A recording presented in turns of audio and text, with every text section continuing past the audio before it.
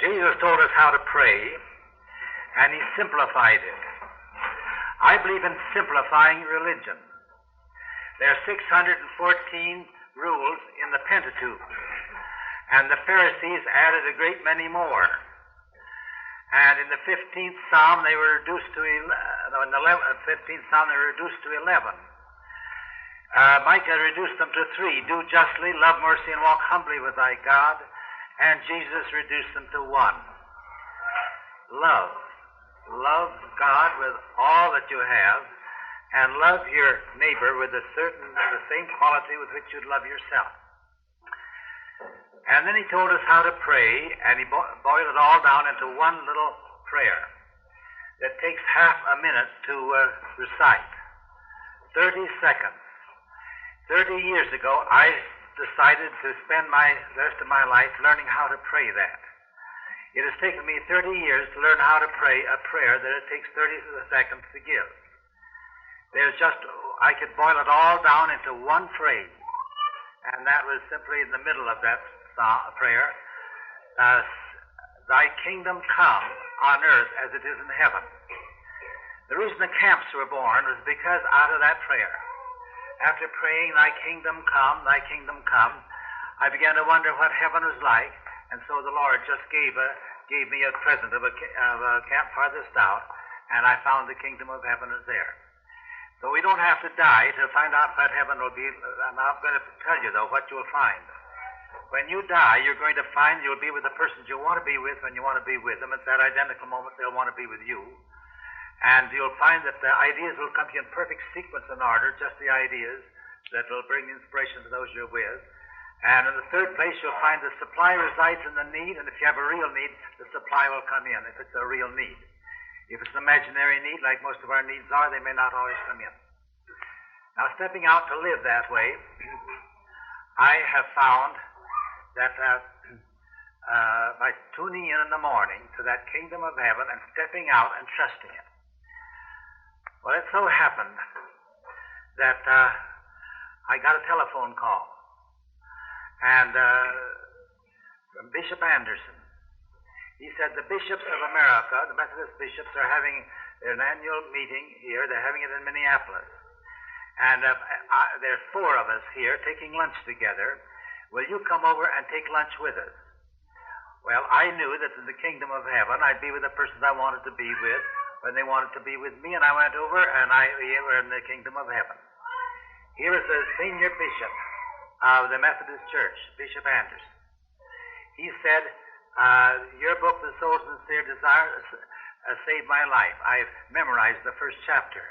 I used the 6th chapter for my commencement address when they made me president of Boston University. And here I want you to introduce you to the Bishop of Europe. There's the Bishop of Europe. Well, I'm glad to meet the Bishop of Europe. And here's the Bishop of Liberia, black as the ace of spades, St. Clair, but his soul is as white as his name. Bishop Anderson said, the highest honor I ever had is when I was asked to ordain Bishop Clair. And here is the Bishop of the South. Well, there they were. I was with the people I wanted to be with. And then we talked, and this was 30 years ago, and they were old enough to be my father. And then when it was approaching 3 o'clock, I said, the Hamlin relays start at 3. I have a team that'll be there. I'm careful not to let my religion make me a prima donna and say, the Lord told me I didn't have to come here, and you just have to do your best. They're depending on me, and I must be there. Then those bishops, they just practically grabbed me and put me back in the chair, and they said, look here, young man. Athletics is as important as religion. We 4 men reach thousands of ministers, and we have only got half of what we want.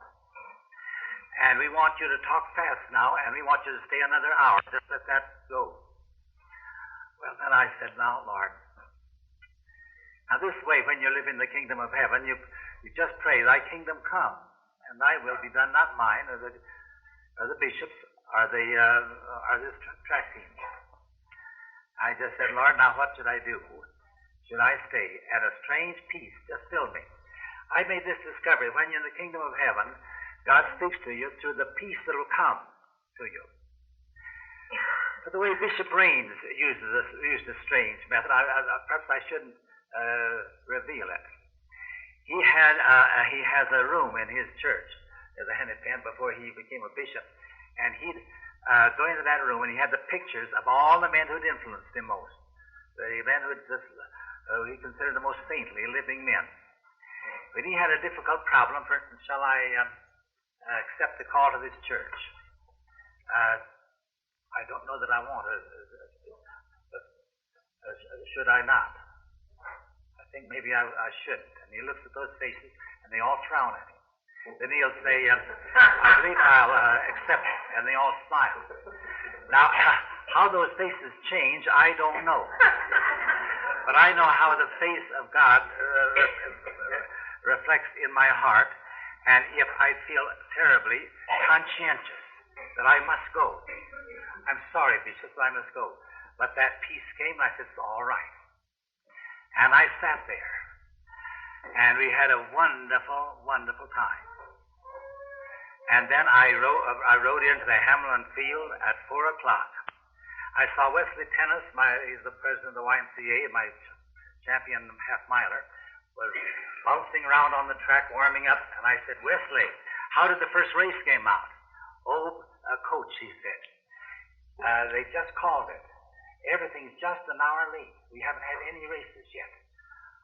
Why, if I had rushed back and had sat there for an hour, twirling my thumb, thinking of those poor bishops, I wouldn't have been in heaven. I said, I got some new ideas coming across on my car. I'm going to give some of the new men chances in some of these races. I won't wear out some of you older veterans with so many races. And we won all the 4 relay races. We broke all the 4 records. They gave us 4 great big statuettes. And when I go by the trophy room in McAllister College, I say, hi, Bishop. 4 gifts given by those 4 Methodist bishops that enabled us to come and beat that Methodist college in all those races. Well, Sherwood Eddies.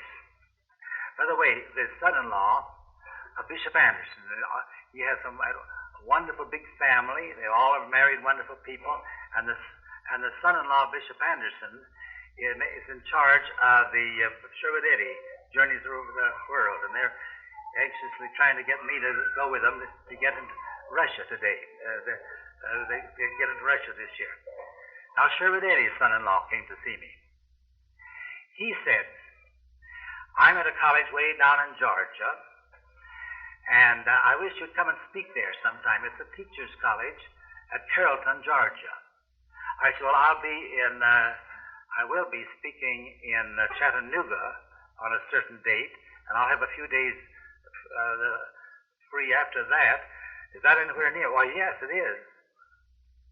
If you take the night train after your talk and get in, you can get into, what's the name of York, I think it is, York, Georgia. Spend the night there, and then take the 7:30 bus. It'll get us to Carrollton in time to the chapel talk, 10 o'clock. All right, that'll be fine. So I made all those connections, then went down at 7. I didn't wait till 7:30 for the bus. I went down to 7. I thought maybe there may be a little lunch counter and get a sandwich, but there was no lunch counter. And I said to the ticket man, when will the bus come in? Oh, about 11:25. I don't want the 11:30 bus. I want the 7:30 bus. Oh, we're on daylight saving it. It left half an hour ago. Well, I was in the kingdom of heaven. So the Lord had made that bus go. So I went to the phone and called up Kerry Smith, his son-in-law, in Carrollton. So I missed the bus. I'm going to hitchhike. And so maybe you better get a pinch hitter of your faculty to take my place if I don't get there. And so I went outside the city, put up my thumb, and a young man picked me up, and he was just way out of sight of everybody and everything, and puff, and he said, a flat. He got out. He said, the spare is flat, too. I'll have to limp back into town. And so that left me stranded. Finally, a little car came along, and a little old man, and he took me in. And his father had fought in the Civil War on the southern side. My father had fought in the Civil War on the northern side. So we were fought the good old Civil War over again as we were going along, and came to the hill. And his little Ford began to go puff, puff, puff. He said, I don't know if we can make these hills. My batteries are very strong. We had nothing but hills. Well, we had ended the war and reached the next town, and he said, this is as far as I go. I went outside that town, and I held up my thumb and held it up, and finally I said, Lord, it's 9 o'clock. I didn't arrange this. I'm putting myself utterly in God's hands, and I'm not the necessary down there. The man to take my place probably give a better talk. But, Lord, if you want me, you've arranged the thing, and if you want me to get there, you'll have to arrange the transportation. After a while, a car came along, and an old couple were in it, and they took me in. I said, you're an answer to prayer. And the old lady said, we believe in prayer. My husband leads singing in the churches. And his father had fought in the Civil War on the southern side. My father had fought in the Civil War on the northern side. Presently he said, have you seen Jesus sung? I said, no, but I'd love to hear it. He said, would you prefer I would sing bass or tenor? I said, neither. Well, she sang a strange falsetto, and they joined in, and it sounded just like a calliope. And when we passed the schoolhouse, I put the window down, and the youngsters would all stand and watch the bell like to go by. Well, after a while, we reached Buchanan, and I saw I had 20 minutes to go 20 miles, and he said, this is as far as I go. So I rushed into a telephone station and said, I want to talk to Kerry Smith. I'm here at Buchanan, 20 miles away. I'm going to hire a taxi, and I think I'll be there on time. Hung up, and he turned to the dean, and he said, yeah, he's at Buchanan, 20 miles away. He says he's going to hire a taxi, and he'll get here. And the dean said, if he'd said that from any other city in Georgia, I'd have believed him. But I used to live in Buchanan, and that's the one town in Georgia where they don't have any taxis. Well, I still live in the kingdom of heaven. And so I found out that, and someone said, maybe the shoemaker can take you there. So I went in the shoe shop, and he was pounding away on his shoe. I said, can you take me down to Carrollton? I reckon I can. After I get the mail, I said, when do you get the mail? He said, it's 10:30. Well, I got to be there by 10. Well, maybe and he said, there's a man named Mr. Frost 10 miles away that has a taxi. And a man sitting there with his shoes said, I think I saw Mr. Frost getting in his car just a few minutes ago. I said, where could I find him? Well, he might be over at the post office. So I hurried over to the post office a block away. Anybody seen Mr. Frost? Somebody that southern style took me out and pointed, there he is, going in the courthouse. So I yelled, Mr. Frost, and he stood paralyzed, and I ran another block. I said, could you get me down to Carrollton? I reckon I can after I see a lawyer in here, and he went in. He came out very quickly, and we got in the car, and I said, can you make a mile a minute? He said, I reckon I can if the constable doesn't catch me. I said, did your father fight in the Civil War on the southern side? He said, my two uncles were killed at Gettysburg, and so my mother wouldn't let my father, he was the youngest one, go to the war. Oh, I'm so glad. This way I have a taxi. So just for my sake, he stayed out of the war. But at any rate, I said, how much are you going to charge? $3. Well, I'll give you 3.5 right now because I'm going to be in a hurry when I get out. I said, he said, the thing that brought me into this town, there's a Negro built a cottage, a little shack, on the edge of a rich man's land. And the owner said he'd always protect it. He would never take it over, but he's died. And the wife says that she's going to just take it over. Well, it occurred to me this morning at 9 o'clock when I was thinking about things, that I knew a lawyer there in the courthouse that would take the case for nothing and could save that easily. He said, I didn't know I was going to get a fare, though, going back. Now, all the way these things fit together in heaven, at 9 o'clock, when I said, Lord, you will have to arrange the transportation, he put in the head of that man that a good deed to go to that town and save that Negro. And here we were. Meanwhile, down at Carrollton, the students are all getting ready, 700 students in the chapel, to get out their history books and read while some old dry college professor is going to give them another required talk. And then, but they also took notice when Mr. Smith got up and said, Glenn Clark is at Buchanan, 20 miles away. He has phoned that he's going to take a taxi and get here. The dean says there are no taxis in Buchanan. But Glenn Clark believes in prayer, so I'm going to ask you to sing an extra song, and I'm going out up that aisle, and as I walk out that door, I will expect to see Dr. Clark. As we came riding up, I grabbed my suitcase, jumped out. Just then Kerry Smith came walking out the door. I started to run. He said, don't run. They're singing Climbing Jacob's Ladder. When I walked in with Mr. Smith, all the books closed. When the angels came to Abraham, Abraham wasn't any more startled than those students were watching this angel come walking in. It come in on some way that where there was no transportation. They sat on the edge of their seats. They were as responsive as the Camps Farthest Out, and I don't know how many lives were changed because I had to go through all that perambulations to get there. Met a lot of men whose fathers had fought on the Civil War, and it cost me less than the bus would have cost me. And there you are, the kingdom of heaven. The kingdom of heaven.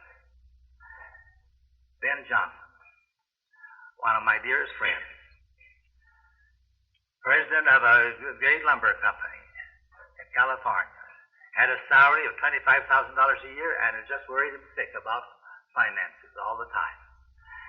Oh, I tell you, be poor and you won't have to worry. Afraid he might lose it, something might happen. And he asked me to be on the board of directors, and my goodness gracious, to come out and sit on there on the board of directors. I said, no, but I'll be on your board of spiritual directors. So he never went to an important meeting without a long-distance phone call. They often came from Stockton, a city where a lot of lumber deals are made. And one day when I was, one evening after I'd given an address in Norman Vincent Peale's church at our retreat there, I was in Prince George Hotel, and a phone call came, and this is Ben Johnson in California. The doctor says I have cancer. Please arrange so that you can come and see me. Oh, I said, I'm all filled up every date, but I'll just pray for you. Well, that day is the year we were to have our first Camp Farthest Out in Hawaii. The Browns said, if you'll come down to Omaha and meet us as we're going with our car, just take a day extra and save you a lot of money, and we could, riding across the continent, we'll read the Water of Life, the most inspired book I've ever written, and nobody ever reads it. And those who do, I just love to be with them. So if they were going to read Water of Life, I'll go out of my way to do that with any folks. And so we rode. And when we reached Cheyenne, I said, I'm just figuring up our mileage, and we won't quite reach San Francisco the day before we're to leave, but we're not leave till evening. And we could just as well, we could push us there. So we probably will stop at some little town this side. And they said, yes. I said, now I could see Ben Johnson. I don't know where he lives, but I think it's Stockton. So I called long distance. No Ben Johnson in the telephone. In Stockton. Just a business sense, not where they live. And I said, isn't that too bad? We have the time. He wants us. And here it is. And I just there again, I said, Lord, if you want me to see Ben Johnson, you will have to tell me the name of that town. Well, we rode 600 miles the next day. Those Browns go about anywhere between 80 and 90 usually. And we reached there at 6 o'clock. And I said, I feel like relaxing by going to a movie. A little bit of a town. Do you remember the name of the town? Winnemucca, a little bit of a tiny town, and they had a moving picture and a different picture every night because everybody went, I suppose, and they didn't have enough to have the same movie repeated. Had a wonderful movie the day before and a wonderful the day after, but this night all it was roughshod, a Western. Well, the Browns didn't want to go to a thing like that, and I wasn't very anxious, but I said, I want to change, and I'm going. So they went with me. 3 beautiful ladies, young ladies, got on a stagecoach. They said, we want to go to Sonora. Sonora, that's the name of the town where Ben Johnson lives. Actually, God, you'll find him down even in hell, he says, isn't it? Down in Gehenna. You'll find that God will always be ahead of you. If you just live in the kingdom, he'll be there. I could have gone into a billiard hall and somebody would come up and said, say, the town you want to go to is Sonora. Why, there it was, Sonora. We got back about 9 o'clock that night to a motel, and I phoned. It was 8 o'clock out in California to Ben Johnson. His wife said he just hopped up and down for 24 hours with joy. He'd never even heard of Roland Brown, whose spiritual power as a healer and healing is greater even than mine. And we prayed with him. And, months later he wrote us, the doctor has found my cancer is cured. Now that's his living in the kingdom of heaven. You'll be with the person you want to be with, and you want to be with them. And I went down to see Dr. Carver because everybody that had ever seen him used to tell me there's one man you must meet. So one day I wrote him a letter, and he wrote me by return mail. I was praying that you would write me when your letter came. Please come down and see this workshop. I call it God's little workshop where all these miracles happen. Well, there I arrived, Saturday noon. Oh, my beloved friend, you came the wrong day. My infantile paralysis victims come all afternoon, Saturday, and all day Sunday. Can't you wait till Monday?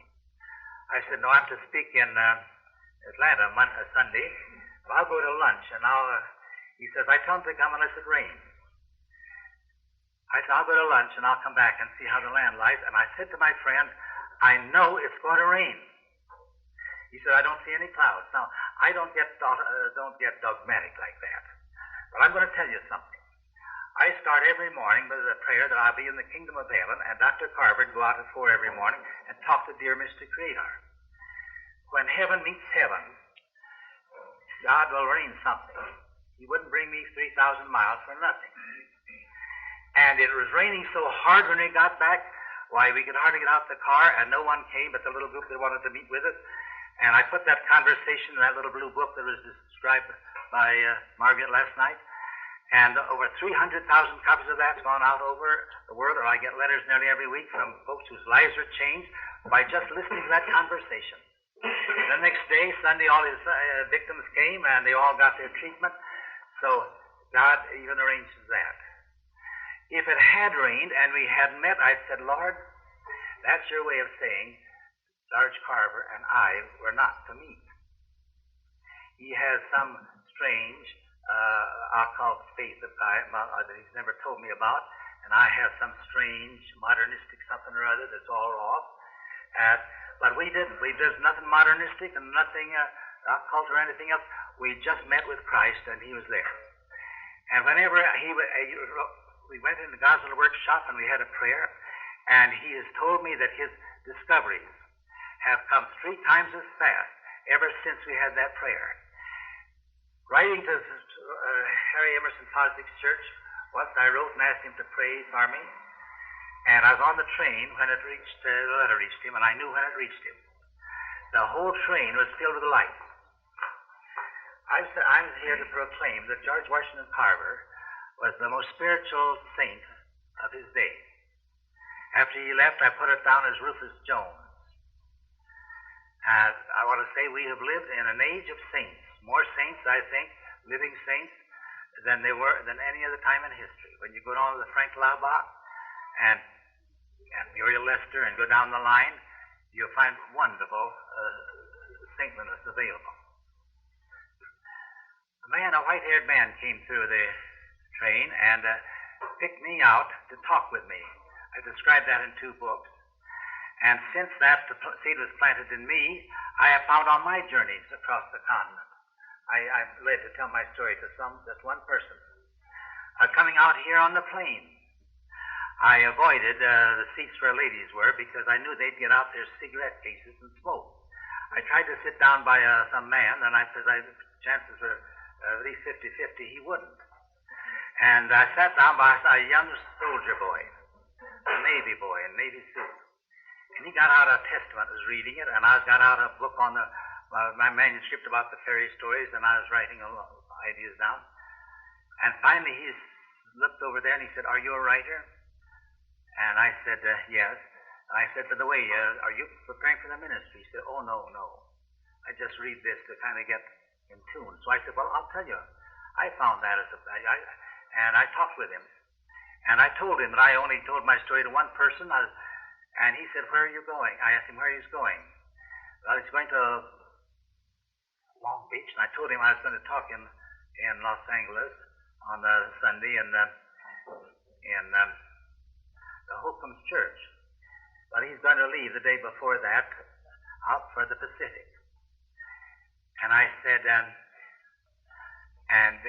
"What are you going to do in the Pacific?" He said, "It's a top secret." And then I said, "You're dropping in the well when you tell me." And so he told me. And I want to say that it worried me a little bit.